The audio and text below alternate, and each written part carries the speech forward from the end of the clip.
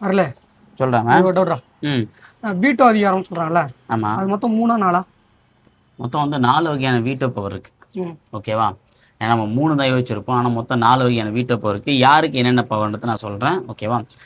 First வீட்டோன்னா என்ன அப்படின்னா, அது நம்ம இந்திய குடியரசுத் தலைவருக்கு வழங்கப்பட்ட ஒரு அதிகாரம். ஓகேவா? அவருக்கான அதிகாரம் நம்ம சொல்ல மொத்தம் நம்ம இந்திய குடியரசுக்கு மொத்தம் 3 வகையான வீட்டோ பவர் இருக்குது. ஃபர்ஸ்ட் என்ன அப்படின்னா, அப்சல்யூட் வீட்டோ. அப்படின்னா என்ன அப்படின்னா, முழுமையான மறுதலிப்பு. ம். ஓகேவா? அதாவது ஒரு மசோதாவை முழுமையா அவரால் நிராகரிக்க முடியும். நமக்கு ம். நல்லாவே தெரியும். ஒரு மசோதா வந்து நிறைவேறணும் அப்படின்னா 2 அவையில தீர்மானம் நிறைவேற்றப்பட்டு குடியரசுத் குடியரசு தலைவர். சைன் போட்டா தான் சட்டமா மாறும். அப்ப ஆமா. அது வரைக்கும் அது மசோதாவா தான் இருக்கும். ஓகேவா? ஆமா. அப்ப அப்படின்னும்போது அவர் சைன் போடாம என்ன பண்ணலாம்? முழுசா ரிஜெக்ட் பண்ணிடலாம். ரிஜெக்ட் பண்ணிடலாம். ஓகே. ஆனா இது எந்த மசோதாவுக்கு மட்டும் வரும் அப்படின்னா, தனிநபர் மசோதாவுக்கு மட்டும் தான். அதாவது ஒரு தனிநபர் மட்டும் போட்டாங்கன்னா அப்படின்னா, அந்த மசோதா மட்டும் என்ன பண்ணலாம்? முழுமையா நிராகரிக்கலாம். ஓகேவா? ம். இதே ஒரு அரசாங்கம் போட்ட மசோதாவை அவரால திருப்பி அனுப்ப முடியாது. ஓகே. ஆனா ஒரு விதியில் இருக்கு. ஒரு டைம் மட்டும் அரசாங்கம் போட்ட மசோதாவா இருந்தாலும் இவரால முழுமையா மறுதலிக்க முடியும்.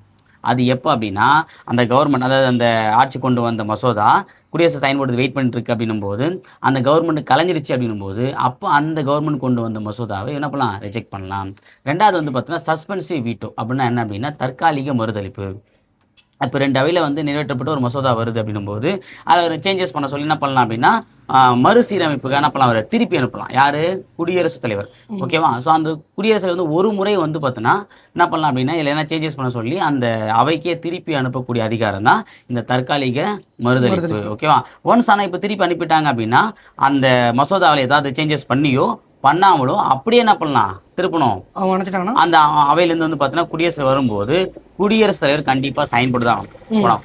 ஒரு முறை மட்டும் மசோதாவை திருப்பி அனுப்பும் அதிகாரம் தான் என்ன அப்படின்னா, இந்த மறுதலிப்பு வந்து பார்த்தா தற்காலிகமா இருக்குதுன்னா என்ன சொல்லலாம் இத? தற்காலிக மறுதலிப்பு அப்படின்னு சொல்றாங்க. அதாவது சஸ்பென்சிவ் வீட்டோ. 3வது என்னன்னு பார்த்தேன் அப்படின்னா, பாக்கெட் வீட்டோ.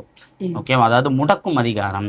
அதாவது இதில என்ன ஒரு ஸ்பெஷல் அப்படின்னா, குடியரசுல வந்து பார்த்தீங்கன்னா, மசோதா நிராகரிக்க மாட்டாரு. ம். ஓகேவா? ஒப்புதல் அளிக்க மாட்டாரு. திருப்பி அனுப்ப மாட்டாரு. ம். தனக்குள்ளே நோ ஆக்ஷன். ஆ. ஆக்ஷன் எடுக்க மட்டும் அப்படியே வச்சுருவாரு. எந்த விதமான கால வரையறையும் இல்லாம ஒரு மசோதா நீர்த்தி வைக்கத்தான்னு பார்த்தோன்னா என்ன சொல்றாங்க? இந்த பாக்கெட் விட்டோ. பாக்கெட்லயே வச்சுப்பாரு. பத்திரமா செலவும் பண்ண மாட்டாரு, இது ஒழிக்கவும் மாட்டாரு. ஓகே. சரியா? அத என்ன சொல்றாங்கன்னா பாக்கெட் விட்டோன்னு சொல்றாங்க. இந்த பாக்கெட் விட்டோவ முன்னாள் குடியரசுத் தலைவர் வந்து பார்த்தீங்கன்னா, கியானி ஜெயில் சிங் என்ன பண்ணிருக்கு அப்படின்னா, இந்திய தபால் ம். மசோதா ஒண்ணு வந்து நிறைவேற்றினாங்க. அந்த மசோதா அப்படியே வந்து பாக்கெட் விட்டோவா வச்சுட்டாரு. ஓகே. ம். அது மாரி எந்த ஆக்ஷனும் எடுக்கல. ஓகேவா? இந்த 3 பவர் தான் வந்து நம்ம இந்திய குடியரசுத் தலைவருக்கு இருக்கு. ம். 4வதா ஒரு வீட்டோ பவர் இருக்கு. ஆனா இது யாருக்கு இருக்கு அப்படின்னா, அமெரிக்க குடியரசுத் தலைவர் தான் இருக்கு. அது என்ன ம். அப்படின்னா, குவாலிஃபைடு வீட்டோ. ம். ஓகேவா? புரிஞ்சுதா? புரிஞ்சுது. அப்ப நம்ம வீட்டோ பவர்ன்றது 4, இந்தியாவுக்கு 3, குடி அ அ அமெரிக்கா. அமெரிக்கா அப்படின்னா 4வது அந்த குவாலிஃபைடு வீட்டோ மட்டும் வந்துரும். சரியா? ம்.